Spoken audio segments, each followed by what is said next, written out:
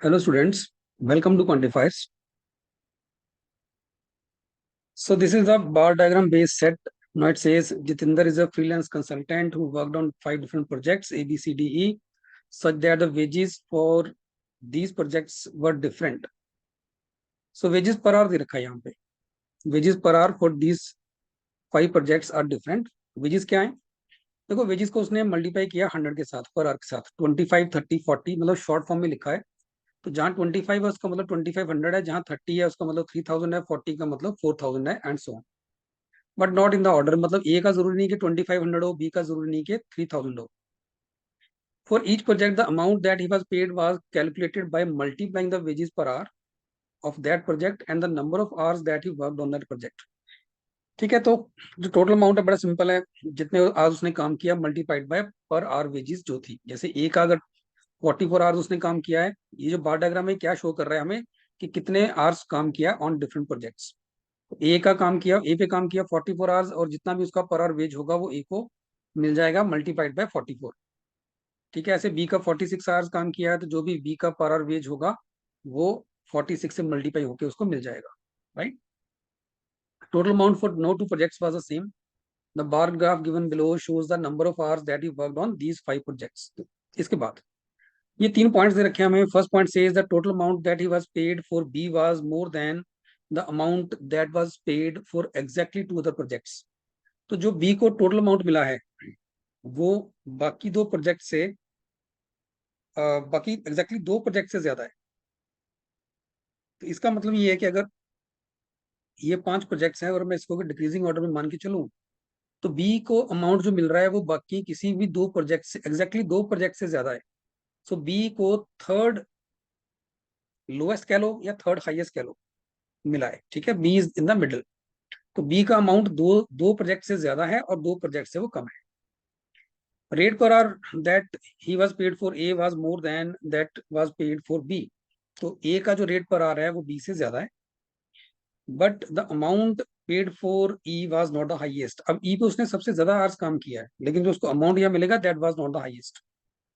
Difference between the amounts that he was paid for the project C and D was 40,000 rupees. तो अब ये पहला काम का पॉइंट है जिसके बेसिस पे हम ये सेट सॉल्व कर सकते हैं कि सी और डी पे जो उसने काम किया उस पे जो उसको अमाउंट मिला है उनका डिफरेंस 40,000 रुपीज है.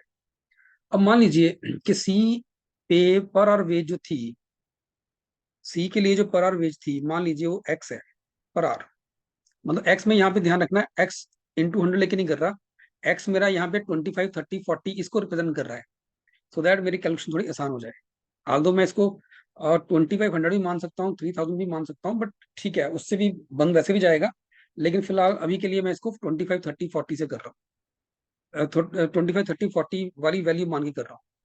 और डी का मान लीजिए पर आवर वेज है वाई. तो सी का टोटल अमाउंट कितना बन जाएगा? सी का टोटल अमाउंट कितना बनेगा? सी पे उसने काम किया 52 आवर्स, तो 52 आवर्स इंटू एक्स. अब यहाँ पे जो 25, 30 जो भी है उसको अपने 100 से मल्टीप्लाई भी करना है, इंटू 100. ये सी का अमाउंट है. डी का ऐसे डी पे काम किया 56 आवर्स, तो 56 इंटू वाई इंटू 100. इनका डिफरेंस जो है वो 40,000 है. तो अब यहाँ पे 100 से डिवाइड करोगे तो पहले ये कैंसिल हो जाएगा, यहाँ से 2 जीरो कैंसिल होंगी. फिर 4 से डिवाइड करोगे तो ये 13x minus 14y is equal to 100 बनता है. अब इसका एक सोल्यूशन हम निकालते हैं हिट एंड ट्रायल से. अगर मैं यहाँ y को 4 पुट कर दूं तो बनेगा 13x minus 56 is equal to 100. So 13x is equal to 156. तो यहाँ से x मेरे पास आ जाएगा 12. ठीक है, 12 और 4. लेकिन अगर आप देखोगे यहाँ पे 12 और 4 कुछ भी नहीं है, यहाँ ना तो यहाँ पे 12 है ना 4 दे रखा है हमें. ठीक है, 5 वैल्यूज में. अब अगले सोल्यूशन कैसे आएंगे? यहाँ पे डिफरेंस है. अब अगर x इंक्रीज करोगे तो y भी इंक्रीज करेगा, x को डिक्रीज करेंगे तो y भी डिक्रीज करेगा. बट इस केस में y को डिक्रीज करेंगे तो नेगेटिव हो जाएगा, x को डिक्रीज करके भी वैल्यू नेगेटिव आ जाएगी. x कितने से चेंज होगा? जितना y का कॉफिशिएंट है 14, और y कितने से चेंज होगा? जितना x का कॉफिशिएंट है 13. तो अगली वैल्यू आएगी x को 14 इंक्रीज करके 26, और y को 13 इंक्रीज करके 17. अगर आप चेक करोगे तो ये 26 और 17 इसका फिर से सोल्यूशन बनता है इस इक्वेशन का. बट 26, 17 यहाँ मुझे दे नहीं रखे. इन वैल्यूज में मुझे 26, 17 कहीं नहीं दिया हुआ. अगला सोल्यूशन बनता है अगेन, x को इंक्रीज करेंगे with the coefficient of y which is 14, तो 40 बन जाएगा. और y को इंक्रीज करेंगे जितना x का कॉफिशिएंट है 13, तो बनेगा 30. अब ये 40, 30 यहाँ मुझे दिख रहे हैं. एक्स की वैल्यू 40 आ रही है और वाई की वैल्यू आ रही है 30। ठीक है, तो यहाँ से अब हम क्या कर सकते हैं, हम सी और डी के अमाउंट निकाल सकते हैं, फिर उसके बाद ए, बी और ई पे काम करेंगे। अभी एक बार के लिए इनको लिख लेते हैं सबको। ए, बी, सी, डी एंड ई। ए पे काम किया 44 आवर्स, बी पे काम किया है 46 आवर्स, सी पे किया है 52 आवर्स, डी पे किया है 56 आवर्स और ई पे किया है 64 आवर्स।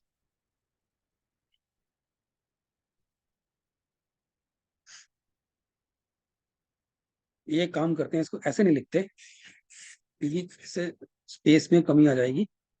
ऐसे लिख लेते हैं ए, बी, सी, डी और ई। ठीक है, ए पे काम किया 44 आवर्स, बी पे किया 46 आवर्स। ये सब एक बार फिर से लिख लेते हैं सब। अब सी की वैल्यू पर आवर वेज थी एक्स, मतलब एक्स इंटू 100। एक्स कितना आ रहा, 40। तो 52 आवर्स काम किया, 52 इंटू 40 इंटू 100, तो ये बनेगा 104 इंटू 2, 208, 208,000। ठीक है, ऐसे डी के लिए बनेगा 56 इंटू, वाई की वैल्यू आ रही है 30, 56 इंटू 30 इंटू 100, 56 इंटू 30 होता है 168, तो 168,000 हो जाएगा। अब हम देखते हैं ए, बी, ई को क्या क्या मिल सकता है। देखो, अब जो पर आवर वेजेस में बचा हमारे पास, वो क्या बचा है, पर आवर वेजेस में हमारे पास 25, 45 और 50 बचा है ना। 2500, 4500 और 50, 100 या 5000 बचा है। अब उसने ये बोला है कि जो पर आवर रेट ए का था वो बी से ज्यादा है, तो बी को 50 तो मिल नहीं सकता क्योंकि ए का रेट उससे ज्यादा रखना है। तो बी की वैल्यू या तो 45 आएगी या 25 आएगी। मान लीजिए कि बी को 25 दिया, ये मान लीजिए बी का है, तो बी का अमाउंट बनेगा 25 इंटू 100 इंटू 46। ये अगर सॉल्व करोगे ये आएगा आपके पास 46 इंटू 25 कर लेते हैं एक बार के लिए, और 150, 115, 115, सो 115,000। ठीक है, बी को इतना अमाउंट मिल रहा है। अब मान लीजिए ए को आपने 45 दिया, जो कम है, 50 भी दे सकते हैं बट एक बार के लिए 45 देते हैं। इसको मिलता है 44 इंटू 45, ये वाला 45 लेके चल रहे हैं, इंटू 100 भी करना है। ठीक है, इंटू 100 करेंगे तो 45, 44 इंटू 45 अगर मैं करूँ, 45 टाइम्स 2 इज 90, 180, 180 प्लस 18, 198, तो ये बनेगा 198,000। अब इसमें दिक्कत ये आ रही है कि मेरे पास बी जो है वो थर्ड पोजीशन पे नहीं आ रहा, बी से बड़े 3 नंबर हो गए, ए बी से बड़ा है, सी का अमाउंट भी बी से बड़ा है और डी का अमाउंट भी बी से बड़ा है। ठीक है, इस बार बी फोर्थ नंबर पे आ रहा है कम से कम, राइट, जो पॉसिबल नहीं है क्योंकि बी कम से कम, बी जो है एग्जैक्टली थर्ड नंबर पे आना चाहिए था, फोर्थ पे नहीं आ सकता। इसका मतलब हमारी ये अजम्पशन गलत है। जो हमने यहाँ अज्यूम किए हैं ए और बी की वैल्यूज, ये हमने गलत अज्यूम की है। So B can not have 25 100 rupees per hour as the wage. तो बी के लिए 25 नहीं बनेगा। ठीक है, बी के लिए बनेगा फिर 45। तो बी का 45 होगा और ए उससे ऊपर रखना है तो ए का 50 होगा। ए का अमाउंट बन गया अब आपके पास 44 टाइम्स 50 इंटू 100, जो बनेगा 220,000। ऐसे बी का बनेगा 46 इंटू ये 45 100। ठीक है, ये आपका बन जाएगा आपके पास अब 45 इंटू 46। तो एक बार को करके देखते हैं इसको। सो 46, 45 है, 20 और 24 हो गया 44, 47, 207, तो ये बनेगा 207,000। ठीक है, 207,000। अब देखो बचा क्या है, बचा सिर्फ 25, वो ई को जाएगा तो 64 इंटू 25 इंटू 100, तो 1500 और 100 हो गया 1600। ठीक है, तो 160,000 इसका बन जाएगा, राइट। तो ये हमारे पास टोटल अमाउंट्स इनके आ रहे हैं, इनके बेसिस पे हम इन क्वेश्चंस को आंसर कर सकते हैं। So first one says, what is the number of hours that Jitinder worked on the project with the second highest per hour rate? देखो सेकंड हाईएस्ट पर रेट जो है 45 है, तो 45 हमने दिया था यहाँ पे बी को, 45 दिया था बी को, तो बी पे काम करने के लिए लग रहे हैं उसके 46 hours. So option 2 is the right answer. Second says, what is the average amount paid to Jitendra per project in all the 5 projects combined? तो अब अगर एवरेज निकालना है तो उनको ऐड कर लीजिए, 3 जीरो एंड में दिख रही है मुझे, फोर्थ डिजिट आप यहाँ से उठा के चलोगे, यहाँ से ये 220,000 है, फोर्थ डिजिट पे आएगा 0 7 15 23, ठीक है, आगे 6 23 हुआ था, 4 और 6 10 और 6 16, 3 2 5 7 8 9, तो 9,63,000 टोटल बनता है। डिवाइड बाय 5 करोगे तो ये बन जाएगा आपके पास 19 5 आर 95, 1 बचा 13, तो 2 पे जाएगा, 3 30 6, ये बनेगा 1,92,600, ठीक है, 1,92,600 इज द एवरेज जो अमाउंट मिल रहा है। Third says which of the following statements are definitely true.